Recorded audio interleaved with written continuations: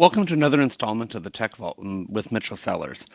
I'm here today to talk with you about owning your website destiny and controlling your assets. This is something that is really near and dear to myself and everybody with the Iowa Computer Gurus team because we run into situations where folks just don't fully understand all of the assets that they have or the assets that they should have as part of owning and operating a website, whether it be one website or 20 websites, and really wanted to take some time today to just dive in a little bit to what this really means and some of the key concepts, regardless of how technical you are and regardless of your overall background. It's important to understand that your website is your business and making sure that you have the keys to control your business, regardless of how much you trust your tech vendors. Ultimately, it's your business. And we run into situations all of the time where a customer has came to us transitioning from another vendor, and we run into situations where they don't know where their website assets are. They don't know who their hosting provider is, or they don't know where their domain is registered. And these are situations that provide extreme risk to customers. And we at Iowa Computer Gurus have taken a very interesting stance compared to some of our competitors in that we want our customers to be owning these assets and controlling those assets. We want to help and we want to be able to do as much as we can, but we want to make sure that everybody has the right tools at their disposal so that they can control their own destiny. The number one thing we don't want to be responsible for is a customer losing access to their domain or something like that. So, what I wanted to do today is just dive into a little bit of all of the concepts of what really makes up owning a website and how you actually manage and control and work with a website. Regardless of if you're technical or not, it's important to understand these very high level concepts. So try to break it down, make it a little bit easy for everybody here. So the first thing that we have is we have the concept of domain registration. And when we talk about domain registration, there's a lot of different things that people think about when they talk about a domain registration and what that actually means. And the most basic way that we think about it is your domain registration is simply your registration of that name. And so if you think of it just like your business itself, whatever state you're incorporated in or you have your business in, you had to go to the Secretary of State and say, "Hey, I want to operate a business called Iowa Computer Gurus." And they gave you, a unique identifier. Well, a domain registration is a very similar process. You go to a domain registrar, you pay them an annual fee, and you are basically purchasing or reserving a particular domain. So in our case, for example, you can see here in the footer of this video, right? iowacomputergurus.com, mitchellsellers.com. Those are two domain names that I have control of. We have those domains registered with a particular registrar, and we have to pay that registrar every year for that registration to remain tied to me. We have the ability to lock that registration as well to prevent folks from transferring it over. But the key here is that domain registration, that $19 a year or $14 a year, if you have a coupon, whatever it may be, that is your right to own that domain name. One of the most important things to think about here is that you pay for that. Traditionally it's yearly, but a lot of registrars allow you to pay for things at 2 year intervals or 3 5 year intervals. But at the end of the day, if your renewal comes up and you don't pay and that domain expires, there's a very, very short grace period that your domain becomes renewable by you and you only. After that grace period, anybody on the internet can come out, pounce, and grab your domain name for the same $19 that you probably should have paid. Where this can become incredibly difficult is there's a lot of people that are hoarders of domains or squatters, if you will, and they'll look for registered domains that have expired. They'll look for ones that should have been picked up that are for active businesses, and they'll go out there and grab it the second that it comes up if when it was previously locked, and now they have it. And we've seen this with multiple customers. We'll talk a little bit more in a future episode of the Tech Vault on how some of the ramifications are of that. But at the end of the day, those hoarders may say, hey, you know what? You want that domain, it's going to be $25,000 for you to get it from me. And there's nothing you can do about it for the most part, right? Once it's been out there in that registration. So your domain registration is incredibly, incredibly powerful, and it's an important piece of your business and day-to-day access. So one of the things that we see a lot of times is we have customers that will say, "Why don't you just register my domain name for you, or for me, and we'll pay you?" We can do that, but we have a company policy that we only do that in extreme circumstances for organizations that have a specific need or reason. And the reasoning behind this is if you own it, you control it. If you control it, it is yours. You're no longer dependent upon me.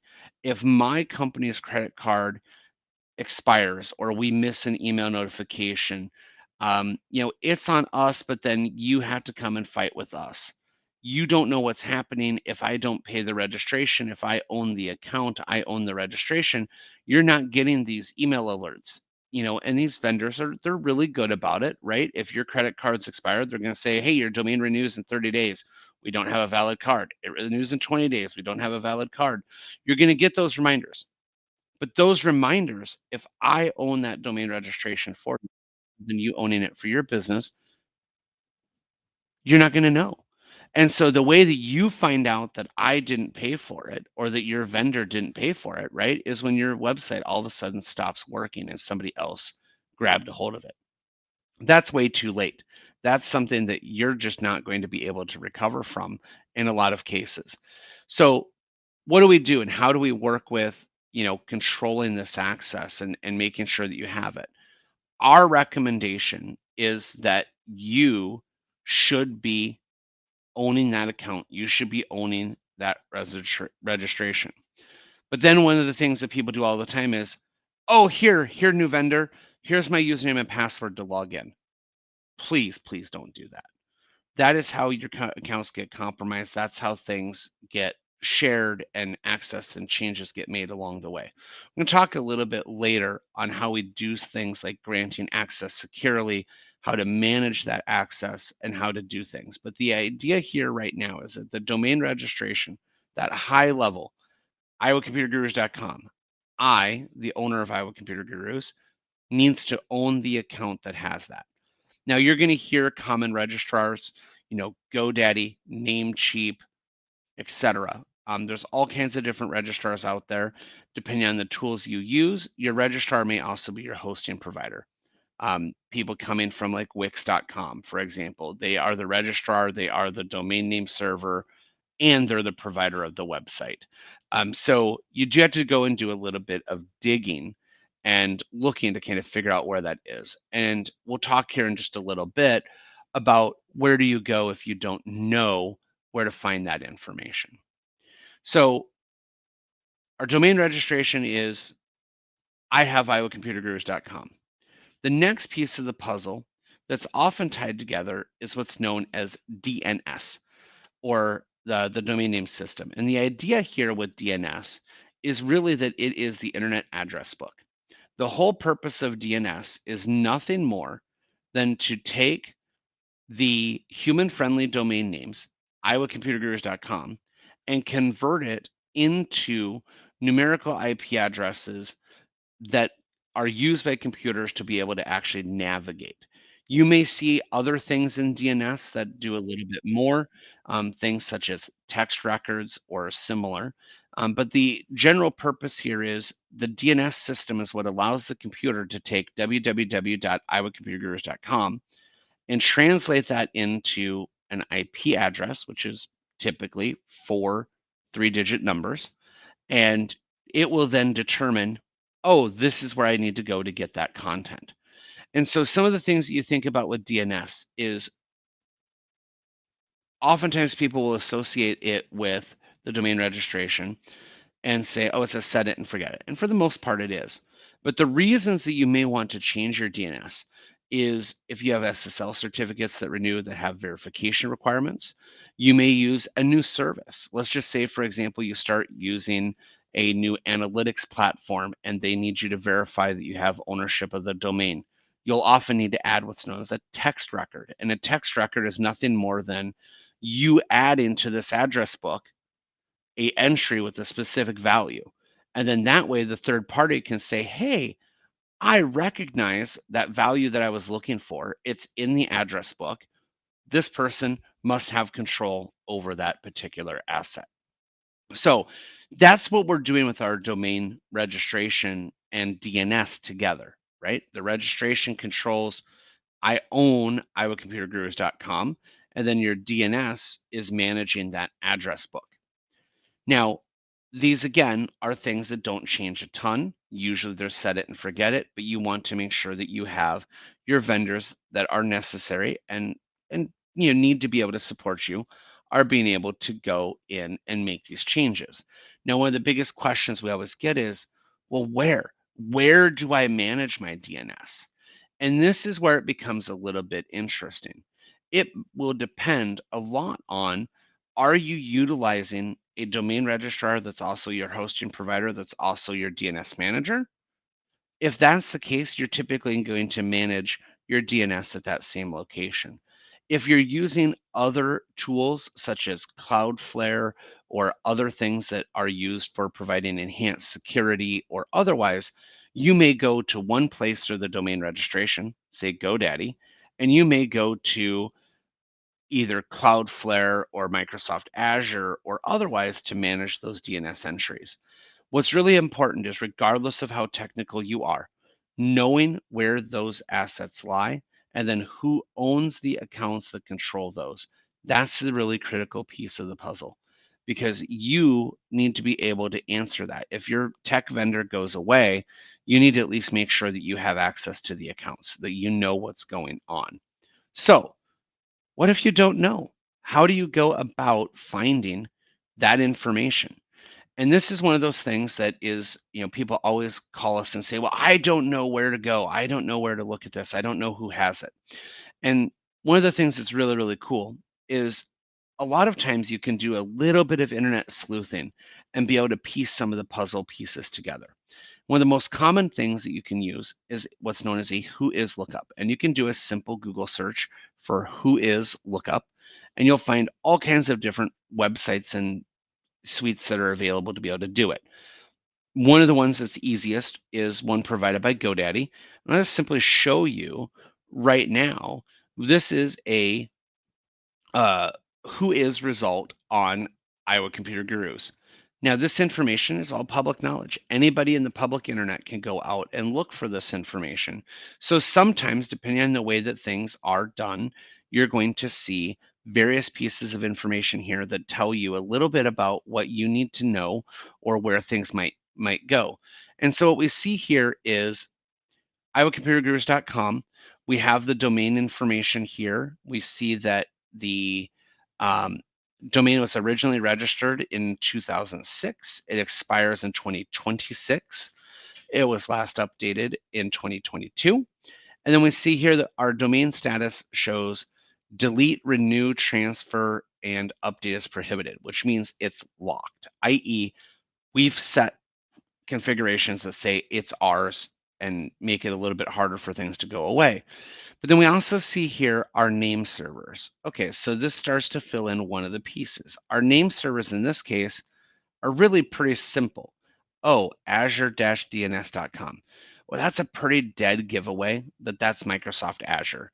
So if I was working with somebody and they're like, hey, I don't know where this is, I'm going to see this, I'm going to know right away. Sometimes it may be Cloudflare. Again, a really easy one. Other times it may be something different. Those are going to be a little bit harder to look at along the way. And so you really have to take a look at what's there, but this at least starts to put you in the right direction. The next thing that we have is we have what is known as registrant contact, technical contact, and registrar information. The idea here is that every domain has to disclose who owns them. but there are third-party services, such as those provided by GoDaddy, Namecheap, and otherwise, that allow you to hide or privatize the information of who owns the domain. This is done mostly to prevent spam phone calls and junk mail and all of those kinds of things. So you can see here that the registration and technical contact is listed as Domains by Proxy LLC. There is a GoDaddy link and it gives all of the information here. This is a private registration. So what I learned from this though is I don't know who owns it, but I do know that GoDaddy is the registrar of record because it is a GoDaddy service that it's being linked to. And so this starts to give me the information that I need to piece the puzzle together. If I needed to go to this customer and say, hey, I don't know what you've got going on. I need you to come help get me access into everything. This gives you those tools to be able to go and make that determination. So as you start looking at things, if you're not sure of where things go, this is one of those easy ways to get started with a who is registration. And sometimes if you don't know, that's what we're here to help. But people always ask, what do we do? How do we end up figuring out where things are so quickly? We have that in there. Now, sometimes people then want to go a little bit deeper and they want to look at, where a particular service comes into play. And that's where you'd use things like DNS configuration checks or security tools that actually look at, I want to find out www.iowacomputergurus.com, where does that go? Well, then you can look at where that points to, and then you can start doing the same thing. Oh, I want to do a who is lookup on the IP address of where that points to. And that's much more a technical task and something that is able to be done by those of us that need to go diving deeper into it. We want to make sure that folks are aware here that the who is information, everything else, it is a way for you to start to piece together where some of your assets might live if you don't know where they are today. Now, it's important when working with all of these assets, once you find them, audit that information on a regular basis. It is really, really important to make sure that your registrations are auto renewing, making sure that they've not expired, making sure that you are doing any updates that you might need to do because of security changes. You're going to get email notifications. You're going to get them from your registrar and it's going to say, hey, there's this new policy change, or I need you to verify your contact information. Never, ever ignore a message from your domain registrar. It is those kinds of things that get missed that result in people not having things under the right structure. So if you get an alert that says, hey, my credit card isn't on file, take the proper steps to ensure that that's a legitimate email, because there are scammers and malicious people out there. But don't even click the link in the email if you don't want to. You get an email that says GoDaddy doesn't have your credit card on file. Go out to your GoDaddy account, go into your profile, look at your stored payment methods, and make sure you have a valid payment method in there. It is something that gets often overlooked, and it's those messages that are the most critical things to your business long term. Now, let's double back then to this concept of granting access securely. One of the things that we get all the time is, here's my username and password to get in. Now, in modern day, that's becoming harder and harder as more of the domain registrars and DNS providers are requiring two-factor authentication. So then it becomes really awkward. We try to log in with your account. Hey, can you send me that code? It just securely sent to your mobile device. It's not a good way to do things. It's not a proper way to do things. So what we really want to focus on here is giving your users access and set up all of the things that you can. All of the registrars that are out there, they do give you the ability to say, hey, I have a technical contact. This person needs to be able to administer for this. And you can give them different permissions. You can give them permissions to update your DNS, but not control the registration. You can give them permissions to do different things. Use that to your advantage. If you're working with a vendor, whether it be Iowa Computer Gurus or anybody else, give us the access that we need to be able to support you. You can work with your vendor to agree on what level that access is, but you grant them that access so that you, if you change your mind on the vendor that you want to work with, you simply go and revoke their access. The other thing is that more and more of the providers are putting multi-factor authentication as either optional, some are pushing it as required. I believe it is imperative for anything domain registration that you do enforce multi-factor authentication. The integrity of your domain registrations and where your domains point is one of the most critical pieces for your business. If somebody gets access into your account and they point your website somewhere else, the reputation damage for that can be absolutely instantaneous. So keep these accounts secure. Keep your passwords secure. Don't use the password that you use on 53 other different websites. Have a specific password. If you don't have a good password process in place, well, let's talk about that. We'll talk about that a little bit more in uh, a future episode here of the Tech Vault as well. But the idea here is you want to make sure that you're granting and controlling access in a manner that is revocable and in your control, not in something that is otherwise. Now, taking that a step further, we want to be monitoring once we've granted that access. There's no reason that your tech vendor is logging into your DNS every week to go make changes. There's no reason that they're going in and making edits. So it is important for you to review on a regular basis who has access. Do they still need access? Did they access the system? And if they did, what were they doing and why?